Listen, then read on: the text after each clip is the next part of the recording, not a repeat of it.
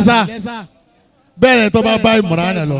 Inna Allah astafa Adama wa Nuhan wa ala Ibrahima wa ala Imran ala alamin. Ànábì Ádámù lọ́lọ́run fi bẹ̀rẹ̀ ẹsẹ̀. Adam lọ́lọ́run fi bẹ̀rẹ̀ ẹsẹ̀ lérí ilẹ̀ táwa yìí. Adama wa Nuhan wa ala Ibrahima. Ó wá fi Ànábì Nuhu ó fi bẹ̀rẹ̀ ilé. Wa ala Ibrahima. Ó wá ní kí Ibrahima kọ́lé náà kọ́kọ́ parí. Wa ala Imran ala alamin. Ó ní kí Ibrahima wá fẹ̀. Ó ní kí Imran kọ́ wá fẹ̀ kọ́ wá dìlú kó kú onílé nìkan. Zuriyatan ba'du min ba'di. Àwọn ọmọ tí ó tún mọ wá jogún iṣẹ́ lọ́wọ́ wọn Ọlọ́run láti mọ káwọn náà. Zuriyatan ba'du min ba'di. Wallahu sami'un alim. Dúnbẹ̀ láàrin ìṣẹ́jú kan bàbá wa ẹnu bá ti jòkó yìí wá sí ti ṣera rẹ̀. Mo fi yín kí màmú sẹ́rẹ́ ni tí a torí ẹ̀ jòkó lónìí ní àyín táwa náà torí ẹ̀ wá ní Nàìjíríà àsìkò wọn fa àsìkò wọn táyà kí wọn ṣe rádaràda káàkiri èèyàn méjì náà lọ́lọ́run dá sáyé ẹni ọwọ́ àṣìṣe àtẹ̀tọ́ wa jẹsẹ́ àmọ́ àwọn tọ́lọ́run kí àwọn tó wá ṣiṣẹ́ ni. Mo dúpẹ́ ọ̀dọ̀ Ọlọ́run pé ẹ̀jẹ̀ àwọn tó wá ṣiṣẹ́ wọn ń bẹ ní àyìn. Ẹ̀jẹ̀ àwọn tó wá ṣiṣẹ́ tọ́ra àwọn ni wọ́n lè máyé dàgbà. Inna Allaha. Inna Allah astafa Adam. Àwọn àfáà torí ẹ àfáà mi wá ṣiṣẹ́ ni àfáà mi wá jẹsẹ́. Bí ti ń sọ yìí ní sọ́kàlùkù náà mọ̀ yẹnu ara rẹ̀ wò. Ipe ṣe inú àfa àtọwọ́ àṣìṣẹ́ ni wọ́n wà ní àbá àfa àtọwọ́ àjẹsẹ́ ẹni tó bá wá ṣiṣẹ́ àríṣẹ́ tí ń ṣe ẹni tó bá wá jẹsẹ́ là níríṣẹ́ tiẹ̀ àròyé nìkan náà ló kù tá a máa rí. Inna Allah. Àbí ká máa rágbádá kárágbádá kẹ̀kẹ́. Ọwọ́ wọ́ sẹ́sì. Látò kéde lẹ̀. Àbí ká rí irun gbà kó tó báyìí àbí ká rí tẹ̀sùbá kó tó báyìí àbí ká rí láwà ní kó tó báyìí. Lérí kíni òun wé láwà ní sí. Lérí kíni òun fa tẹ̀sùbá sí. Lérí kíni irun gbọ̀nrẹ́gùn sí.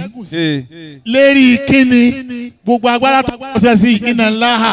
Inna Allah astafa Adama wa Nuhan. Ẹnu táwọn fà náà ẹnu tó wí. Inna Allah astafa Adam wa Nuhan wa ala Ibrahima wa ala Imran ala alamin. Ọlọ́run láwọn kan ló wọ́n máa dásà lẹ́sà. Ọlọ́run láwọn àwọn kan ló wọ́n máa dásà lẹ́sà. Gbogbo ẹni tọ́lọ̀ máa fi pìlẹ̀ ẹsẹ̀ Ọlọ́run ó dásà lẹ́sà. Ó dẹni. Tọ́lọ̀ fi pìlẹ̀ ẹsẹ̀ lérí ilẹ̀ Ọlọ́run ní òun ó ṣe kíni òun ó dá sàlẹ́sà. Wákàtí 5 náà ní tí ń lọ. Nínú àwọn tọ́lọ̀ fi pìlẹ̀ ẹsẹ̀ nílùú yìí táwa mọ̀ níṣẹ́ ká kọ́yàn lẹ́kọ̀ọ́ ká kọ́yàn nímọ̀ ká jẹ́ ó wúlò fún rẹ̀. Bàbá wa tí wọ́n ń pè ní Murtala Abdulnasir àkọ́kọ́ ni. Allah. Ayakumullah. Àkọ́kọ́ ni. Ayakumullah. Àkọ́kọ́ ni. Tí wọ́n bá ń pín ìtàn lọ Abidjan yìí àkọ́kọ́ ni.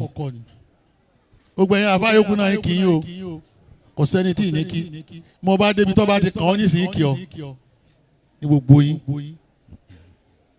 àkọ́kọ́ àfọ́ ògbọ́dọ̀ mọ́ rìn káàkiri kí ló ń wá tí ò lè wá bọ́nlé kí ló fẹ́ pè tó bá pọ̀ lọ́n tó bá dáhùn ilé lọ́bàárà rẹ̀. Allah. bó ti rí nù Ọlọ́run ò fi wá sínú alárìnká àfa gbogbo ẹnu ni mo fi sọ kí là ń wá ká tá a ti rí nlé ká tó kú mbẹ. àti àfa alárìnká. àmọ́ a bá rí i pé èèyàn lọ ní ó ṣiṣẹ́ àwa lágbára ká lọ kí kó kúṣẹ́ ká lè tún fi encourage ẹlòmíì níjọ́ mi ẹ̀tọ́ lọ́n bá fi pìlẹ̀ ẹsẹ̀ ìtọ́jú àmọ́ kí bàbá wa lágége nù ni àtàwọn ọmọ tó jọ wọ́n tó tún jọ wọ́n nínú àwọn tó jọ wọ́n nílùú yìí òun ni bàbá wa Murtala Abdulnasir wa lọ́la ni màá sọ̀rọ̀ wọn. Inna Allaha astafa Adam. Ọlọ́run fi wọ́n pín ẹlẹ́sẹ̀. wa Nuhan wa ala Ibrahima. tá a bá wá sọ pé sẹ́wọ̀n lọ́lọ́run fi wọ́n ṣe ìnàka sí wọn náà ni mo fi ní kó gbé spíkà. ìgànnà kí wọ́n nísìn èèyàn ti ń dáhùn ni ọ́ kó o pé Inna Allaha astafa Adam yẹn gan. Inna Allaha astafa Adam wa Nuhan wa ala Ibrahima. tá a bá wá gbèsè wo ni Jamalu ọmọ rẹ̀ náà tún ṣe ìwọ yìí náà tún nàkàṣẹ ọbí nàkàṣẹ chairman yìí dìdélẹ̀. Allahu akbar. sórí wọ Allahu akbar èyí tún nàkàṣẹ lè na alaye ni kìí ṣe gànà. inú sẹ́ tí baba Jamali ṣe nù. mo pè ń bàbá ni o kìí ṣe pé mi ìṣàgbá rẹ̀. ó clear. àwa tá a tẹ́ni wọn náà ni. ó clear. ó clear. àmọ́ di bàbá wa lónìí. bẹ́ẹ̀ni ó di bàbá. ọ̀gbẹ́sẹ̀ kan bara wájú. Wazirul Markaz. bọ́mọ bá ju ọlọ́jọ́ gbà kó ju ọlọ. torí irú òun ní sì ti ráàtì bọ̀ tán rẹ̀ èmi ètí ráàtì bọ̀ tán tara mi. èmi ètí ráàtì bọ̀ tán tara mi. Wazirul Markaz. Adam Allah hayatakum. Sheikh Ibrahima rọjò Allah ta'ala ní ọwọ́ Kánò níjọ́ tí nǹkan yìí ń bẹ tí fáìlà ń bẹ ní fáìlà.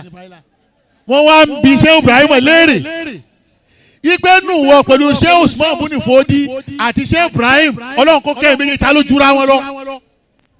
wọ́n ń bi Sheikh Ibrahim nínú palace ọba Kánò àwọn fẹ́ mẹ́rin tó jura wọn lọ.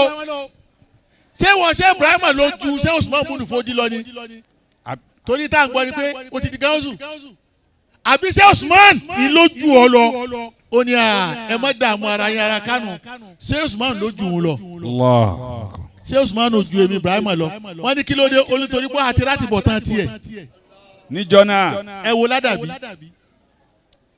Sheikh Ibrahim nù ó láti rí àti bọ̀ tán tiẹ̀ ẹni tí ọba tí láti bọ̀ tán tiẹ̀ ọgbọ́dọ̀ pọ̀ jẹ́ nìkan kan lọ. o tí mo fi tọ́ sọ sí.